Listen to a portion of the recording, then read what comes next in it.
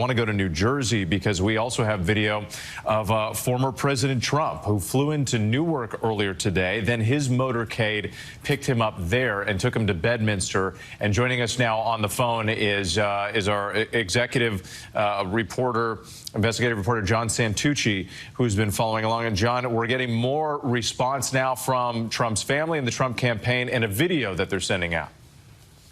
Yeah, this is a video that one of the aides that was traveling with Donald Trump back from New Jersey just posted. I know our control room is working to turn that around very quickly, so we'll bring that to our viewers as soon as we can. But again, I think this is all just remarkable. You know, as we've been reporting for the last several hours, as you've been leading our coverage with, you know, the Trump team has really been learning everything in real time. I can tell you that I have been speaking to members. John, forgive me, I'm interrupting you just for a moment here because I just want to make clear to our viewers what they're seeing right now. This is video, the first video that we have seen of former President Donald Trump since the shooting earlier today. This was released by a campaign official.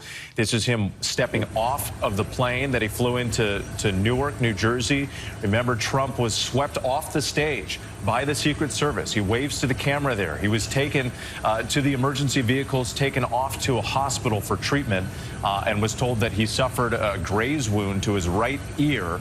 And these are the very first images that we're seeing of the former president walking down the steps off that plane since the shooting, the assassination attempt.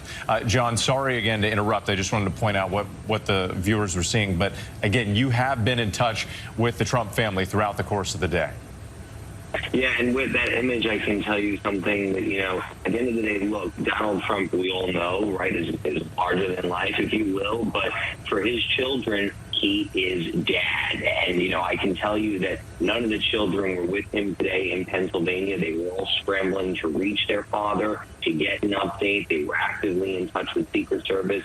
I spoke to his two eldest sons, Donald Trump Jr. and Eric Trump. They both were able to reach their father. Donald Trump Jr. telling me that when they spoke, his father was in good spirits, commented about how much blood was coming down his face moments after that happened. But again, as both boys observed to me with, you know, their father is resilient. And I think to see Donald Trump, as we're showing our viewers on screen right now, you know, to think hours earlier, that image that we have played over and over again of Donald Trump, you know, with agents swarming him and pulling him into that motorcade. I can tell you from many aides and sources of mine that I have built in 10 years of covering Donald Trump for ABC News, many were horrified, several of whom I've known for quite some time, answered the phone when I was trying to find out what was going on in tears, crying themselves because of how special a relationship they had with Donald Trump. These people have worked for him for a decade, some even longer than that, sources of mine within the Trump organization, the president's company, trying to learn what was happening in real time. Now, look, as far as what we know with for tonight, our expectation, you mentioned to our viewers, that Donald Trump right now is in that motorcade, leaving Newark, heading back to his club in Bedminster, New Jersey. We're expecting to spend the evening.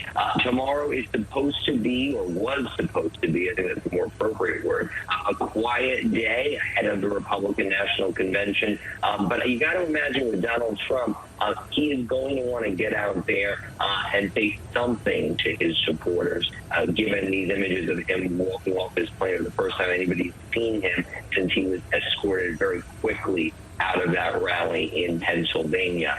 The other thing that we should note with for our viewers is that, you know, this has been a very busy time for Donald Trump, where he has really been focused on the campaign. We reported, as you know, with in just the last 24 hours, he was doing private meetings with the three finalists, if you will, potentially be his running mate. And he thought that this rally today in Pennsylvania was going to be that big event. That ended up not being the event because of the coverage. Obviously, we've been talking about something nobody could have predicted. But our understanding is that Donald Trump is still full steam ahead with the convention, expected to head to Milwaukee on Monday.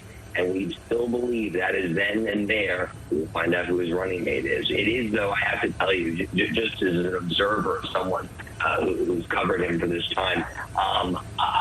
I'm surprised that, the fact that they are moving so aggressively ahead with the campaign, but then again, not. We know that Donald Trump has had so many twists and turns over the last year, and so often they collide with the campaign, and Donald Trump finds a way, if you will, to make it all work. And I think that's exactly what's going to happen now.